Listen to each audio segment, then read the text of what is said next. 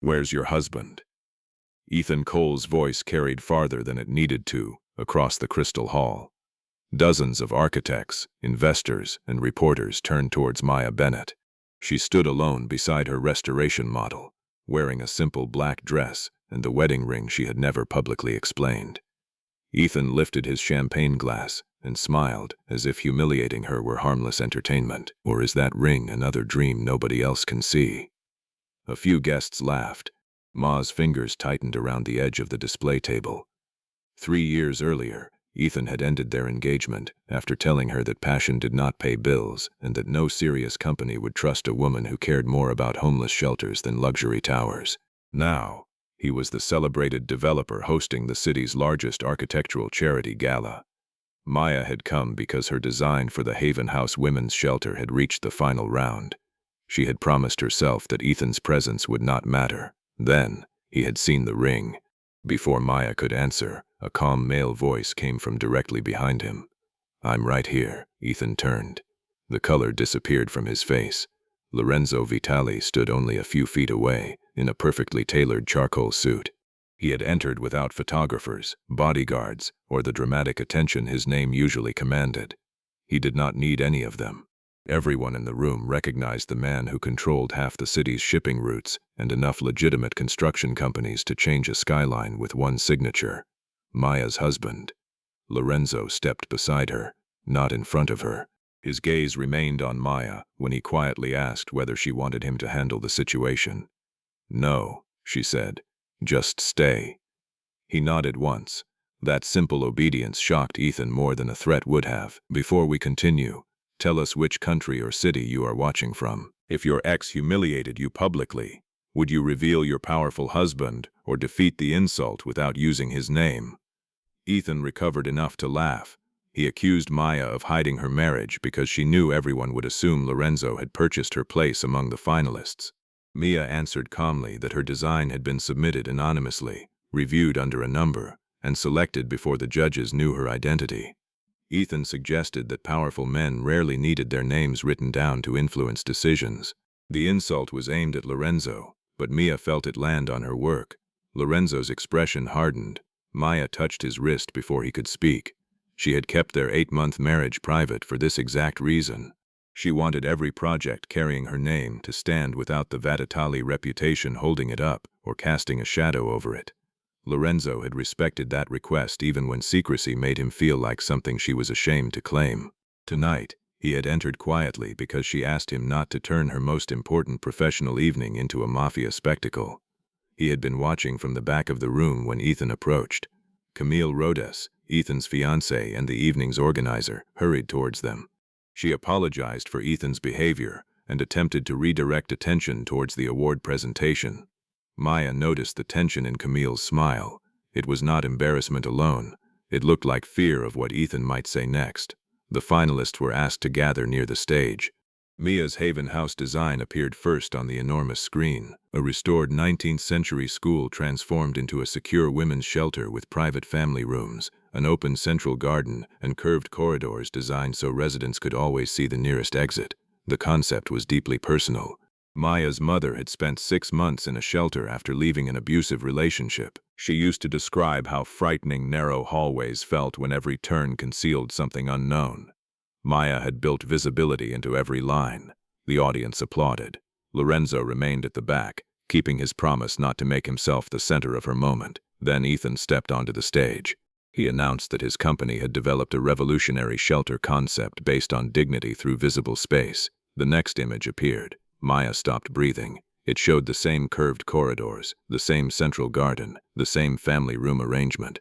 Even the window pattern above the entrance matched the sketches she had drawn years earlier. While working in Ethan's studio, only the name had changed. Ethan called it Cole Sanctuary. The host praised him for combining safety with beauty. Maya stared at the screen while applause filled the hall. Lorenzo reached her side, but did not ask whether she was certain. He knew her work. He had watched her redraw those corridors at their kitchen table long after midnight. Ethan looked directly at her from the stage. His smile carried a private warning. He had not mocked her because she arrived alone. He had mocked her because he believed she had no one powerful enough to challenge what he had taken. Lorenzo's voice dropped. One call and his company never receives another contract. Maya looked at the stolen design, then at the man she had married. No, Ethan had spent years telling people her ideas belonged to him. She would not win them back by allowing another man to destroy him for her. "I don't want his company," she said. "I want my name." At that moment, the final award slide appeared. Ethan Cole had been declared the winner, and beneath his stolen design was a construction contract worth $40 million. The award ceremony continued, but Maya heard none of it. Ethan stood beneath the stolen design, while photographers captured his victory. The $40 million contract was announced as a triumph of compassion and innovation. Maya knew every line on that screen. She had drawn the curved corridors after interviewing women who feared blind corners. She had designed the central garden so children could play while their mothers watched from any window. Even the entrance pattern came from a paper cutout her mother once made during their months inside a shelter. Ethan had stolen more than architecture. He had stolen the meaning behind it. Lorenzo moved closer and quietly offered 3 solutions. Freeze Ethan's construction permits, call the investors, or expose every financial weakness inside Cole Development.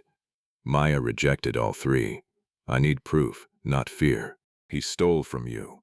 And if your name destroys him, people will still say I needed my husband to win."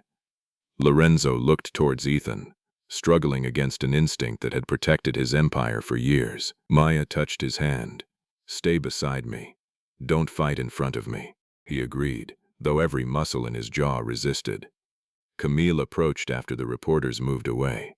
She congratulated Mia on becoming a finalist, but her eyes repeatedly drifted towards Ethan's winning model. Mia asked whether Camille had ever seen him develop the design. Camille said Ethan had kept the project private and claimed inspiration came suddenly during a business trip.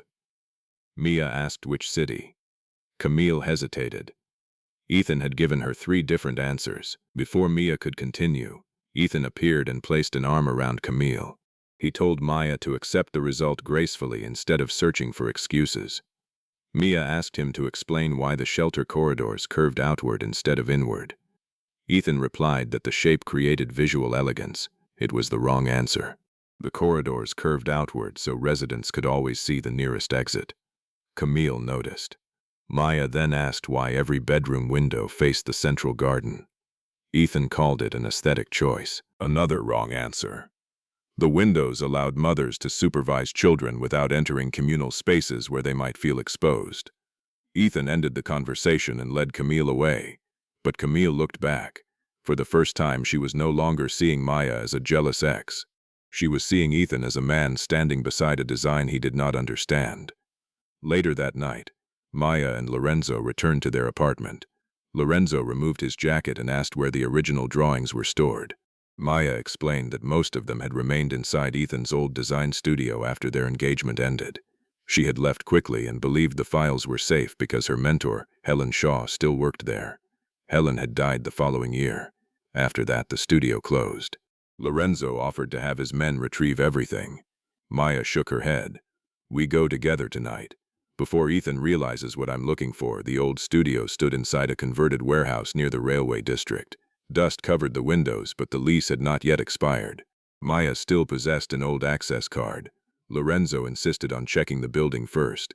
She allowed 1 guard to inspect the entrance, but no one touched the files. Inside, abandoned drafting tables stood beneath white sheets. Broken models filled the shelves like miniature ruins. Maya walked towards the desk where she had once spent entire nights refining Haven House. Her drawers were empty. The labeled folders were gone. Lorenzo noticed scrape marks on the floor where storage cabinets had recently been moved. Someone had searched the studio before them. Maya refused to panic. Helen had never trusted digital files alone. She wrote corrections by hand and stored final concept notes inside physical models. They searched the shelves for nearly an hour. Behind a damaged hotel model, Maya found a cardboard box carrying Helen's initials. Inside were material samples, old interview recordings, and photographs of Maya presenting the shelter concept 3 years earlier. It was proof she had created the design before Ethan submitted it, but the original blueprint set was missing. Lorenzo lifted one photograph. It showed Maya standing beside Ethan while he watched her presentation from the doorway. He knew exactly what this was. Maya nodded. Ethan had not borrowed an idea. He had waited until she disappeared from his professional life, then claimed it. At the bottom of the box, Mia found a handwritten note from Helen. "Your work deserves your name. Never let anyone convince you that support and ownership are the same thing." Mia read it twice. Lorenzo did not touch her or offer to fix the pain. He simply remained close enough that she did not face it alone. Would you expose Ethan immediately with partial proof, or wait until you found the original blueprints and risk losing the contract? A sound came from the back room. Lorenzo moved in front of Maya by instinct. Camille stepped out from behind a row of shelves. She had followed them. In her hand was an old photograph Ethan had kept inside his private office. It showed him carrying Maya's original Haven House model during the year they were engaged. Camille admitted that Ethan had told her the model belonged to him. Now she understood why he could not explain it. Before leaving, she gave Mia the address of a storage facility where Ethan had moved old studio materials. The following morning, Mia and Lorenzo entered the rented unit under Camille's access code. Most of the shelves were empty. At the back, beneath a torn sheet, stood Mia's original Haven House model. The curved corridors, central garden, and entrance windows were all intact. But someone had smashed one side of the building, and the brass plaque that once read, "Designed by Maya Bennett," had been carefully removed. The missing brass plaque did not weaken Mia's proof, but it revealed how carefully Ethan had prepared the theft. He had removed every trace of her ownership and damaged the part of the model where Helen Shaw's notes had once been attached. Maya photographed the storage unit before touching anything.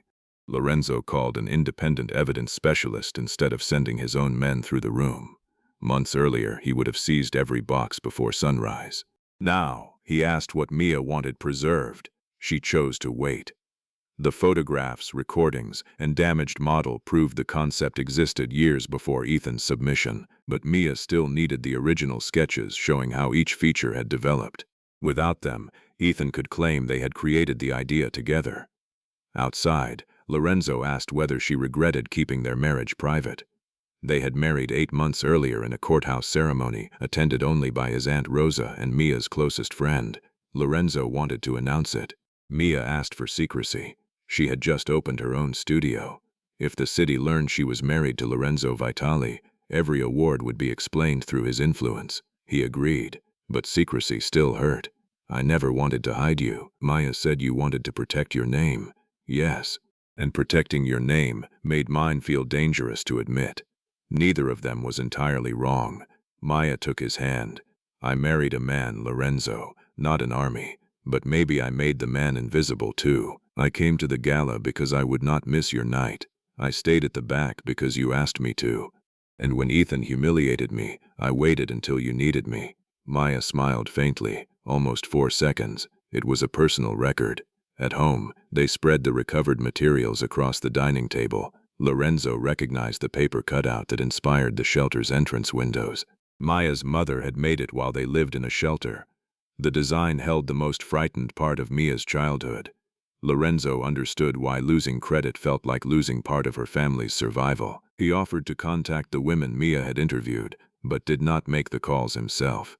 Mia chose whom to approach and asked permission before sharing their recordings. One woman remembered Mia asking which spaces made her feel safest.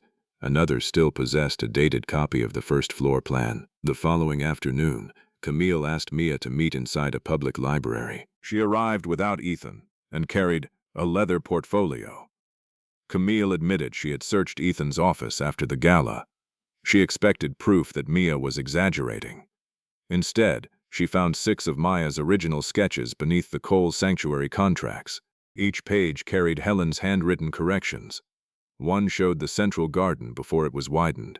Another contained Helen's familiar sentence, "Beauty should never make safety harder to reach."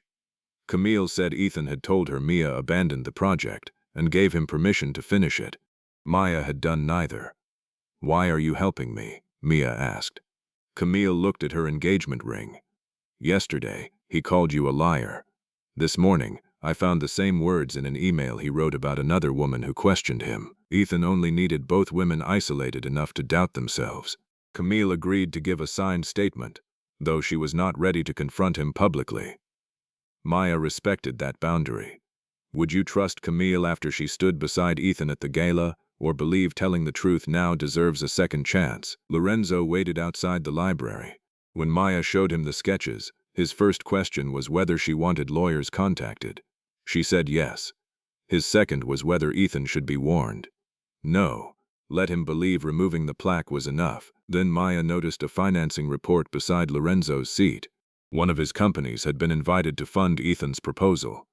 Lorenzo had refused because the design felt familiar, though he had not realized it was hers. If his company had invested, Ethan could claim the Vatitali family had always been connected to May's work. Lorenzo handed her every email and withdrew his company from consideration. He gave up a profitable contract so her evidence would remain clean, not because she ordered him to, because he finally understood what ownership meant to her. That evening, the award sent an urgent notice. Ethan had requested a public ethics hearing next night. He accused Mia of using her mafia husband to steal a $40 million contract. Attached was a document carrying Mia's signature. It claimed she had transferred full ownership of Haven House to Ethan 3 years earlier.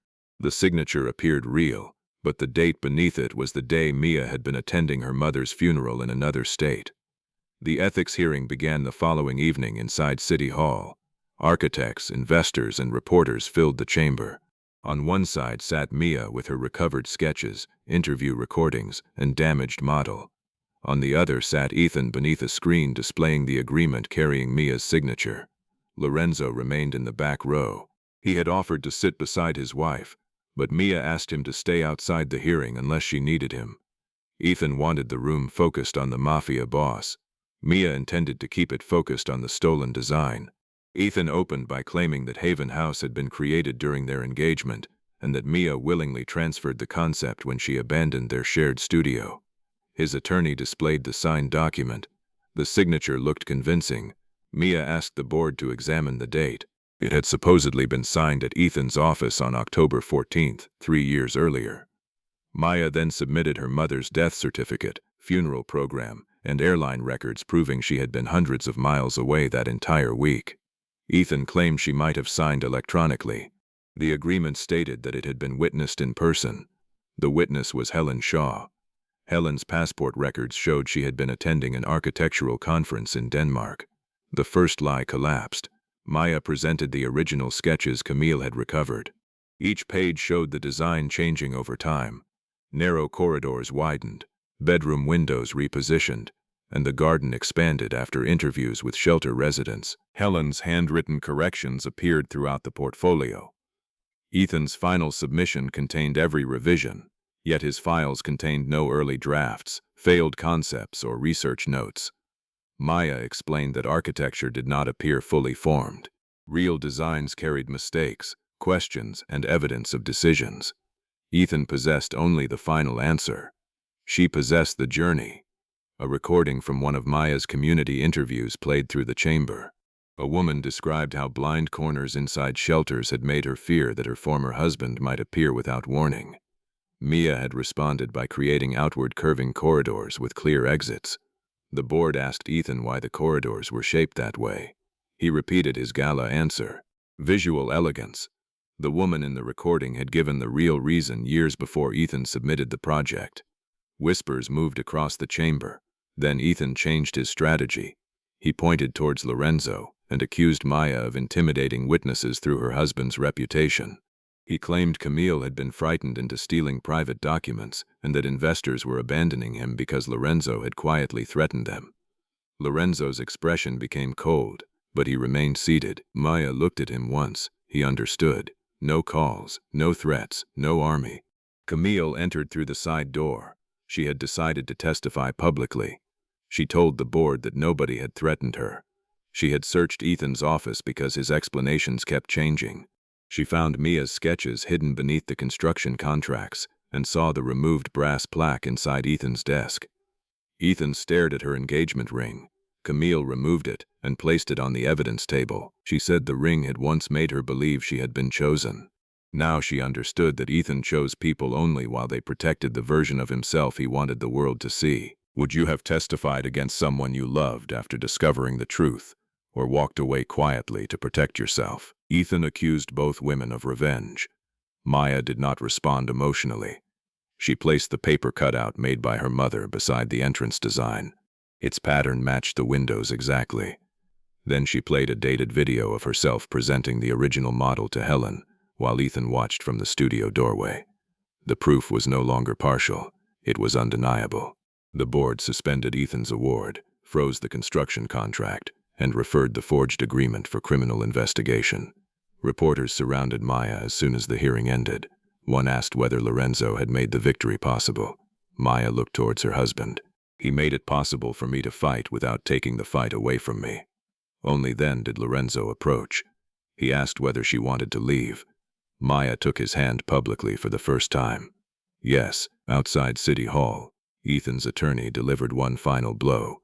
The shelter contract had been frozen, but the original investors had withdrawn after the scandal. Without new financing, Haven House would lose the property at the end of the week. Lorenzo could fund the entire project immediately. Maya knew accepting his money would allow Ethan to claim the Mafia boss had purchased her victory. Refusing it might cost vulnerable women the shelter she had spent years designing. Lorenzo did not reach for his phone. He asked the question he had finally learned to ask. "What do you want me to do?" Maya looked at the blueprint carrying her restored name. She had won back the design. Now she had 7 days to prove she could build it without surrendering ownership again. Mia had 7 days to save Haven House. Lorenzo could provide every dollar before breakfast.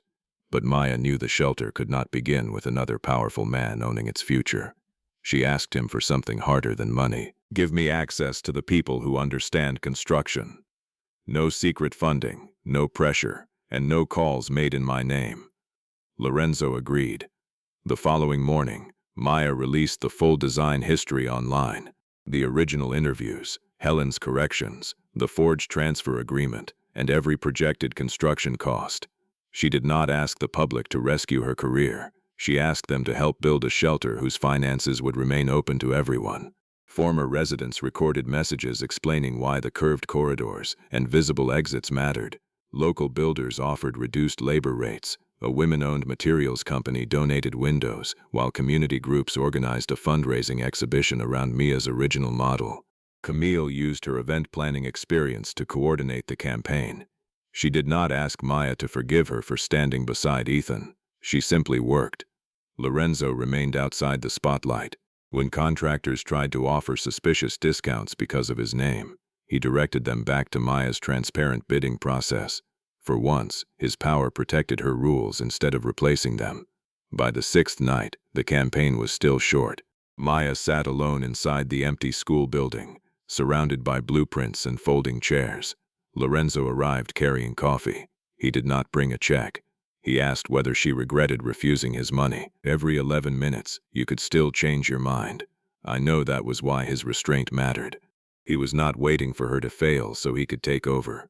He was waiting beside her while she decided what success should cost. Lorenzo revealed that Vitali Construction had submitted a bid like every other company. The offer included no hidden donation and no ownership rights. Maya reviewed it carefully. It was not the cheapest bid. It was the safest and most realistic. She accepted it after the independent committee approved it. At 9 the next morning, a National Housing Foundation announced that it would match every community contribution. Maya's campaign passed its target before the property deadline. Haven House would be built. Ethan's forged agreement led to professional misconduct charges, the loss of his architecture partnerships, and a civil case over Mia's stolen work. He was not destroyed by Lorenzo's influence. He was defeated by documents carrying Mia's name. Months later, the restored building opened. The curved corridors allowed residents to see every exit. Bedroom windows faced the central garden where children played beneath the paper-cut pattern Maya's mother had inspired. A brass plaque near the entrance read, "Designed by Maya Bennett." Below it in smaller letters appeared Helen Shaw's words, "Beauty should never make safety harder to reach." Camille attended without Ethan and stood quietly near the back. Mia thanked her publicly for choosing truth when silence would have been easier. During the ceremony, a reporter noticed Mia's wedding ring and asked the question that had begun everything. "Mrs. Vitali, where is your husband today?" Mia looked beyond the cameras. Lorenzo stood near the garden doors, deliberately outside the center of the room. He had helped build the shelter, yet he was waiting for Maya to decide whether this moment included him. She crossed the room and took his hand. "Not behind me," she said. "Not in front of me. Right beside me." Applause filled the hall. Later, after the guests left, Maya and Lorenzo walked through the quiet building. He admitted that he once believed love meant removing every obstacle before she reached it. Maya said she had once believed independence meant carrying everything alone. They had both been wrong. At the entrance, Lorenzo asked whether she was ready to announce their marriage publicly. Maya looked at the plaque bearing her own name, then at the man who had learned not to cover it with his. "Yes," he smiled. "Should I arrange a press conference?" "No.